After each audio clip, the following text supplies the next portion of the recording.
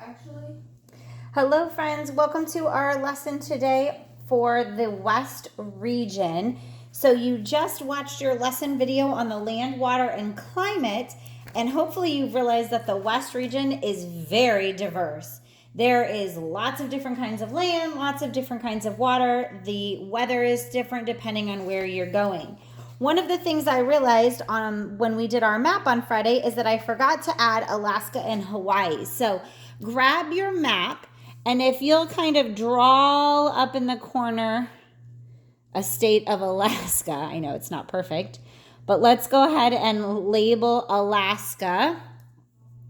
And then if you'll draw some of the islands like this, and we'll label them as Hawaii. So we can remember to add Alaska and Hawaii to our West map. Remember, Alaska is up near Canada and Hawaii is out in the Pacific Ocean. All right, let's go ahead and take some notes on the landforms of the West. There is a lot of notes to take because the West is so diverse. So first thing is mountains. We have the Rocky Mountains. We have the Sierra Nevada mountains. We have the Cascade Mountains. And we have the Coast Ranges. Rocky Mountains, Sierra Nevada, Cascade, and Coast Ranges. We have Mount Denali, which is the highest peak in the U.S., and that is in Alaska. There are also very active volcanoes, both in the islands of Hawaii and along parts of the Pacific coast. In between those mountains are very important valleys. The Central Valley and the Willamette Valley. And remember about these valleys because we're going to talk about how those valleys provide us with fruits and vegetables. The West also has that Great Basin, which is desert-like. And so in that Great Basin, we have deserts like the Mojave Desert. We also have Death Valley, the hottest place, and very uninhabitable.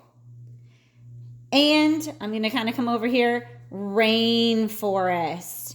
So there's rainforests that go along the whole West Coast, and they have those giant redwood trees. So we've got volcanoes, we have mountains, we have deserts, we have rainforests. We just have a totally complete different area of the West because it's from Alaska, which is north of Canada, all the way to Hawaiian Islands.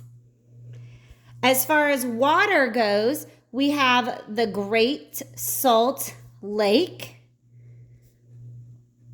which is so salty, only little teeny brine fish can live there. And the Pacific Ocean, which is a big factor in many of the components here. It helps with the weather.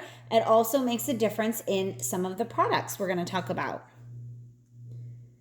All right, let's go ahead and talk about the climate. Again, because the way that the West is, there's all different climates. There's all different climates there. We have coastal areas who have mild winters and foggy summers.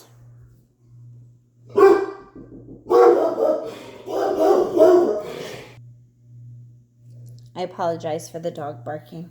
All right, let's head right back in here to climate. So the coastal areas have mild winters and foggy summers. But then if we head to the Great Basin, which is that bowl area that's low and hot, it is much warmer with less rain because it's almost desert-like. The next thing, though, is we have mountain snow. So the Rocky Mountains, the Cascade Mountains, they all have rocky, snowy areas.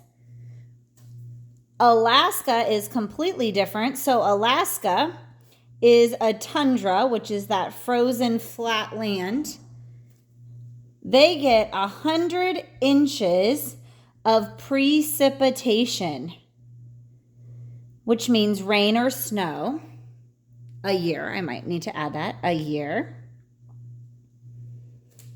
Alaska also has very short summers and long winters. So if you are a cold person, going to Alaska is going to be your best thing. But Hawaii, which is completely opposite, is going to be sunny and warm. And then something else we talked a lot about is that the West has earthquakes.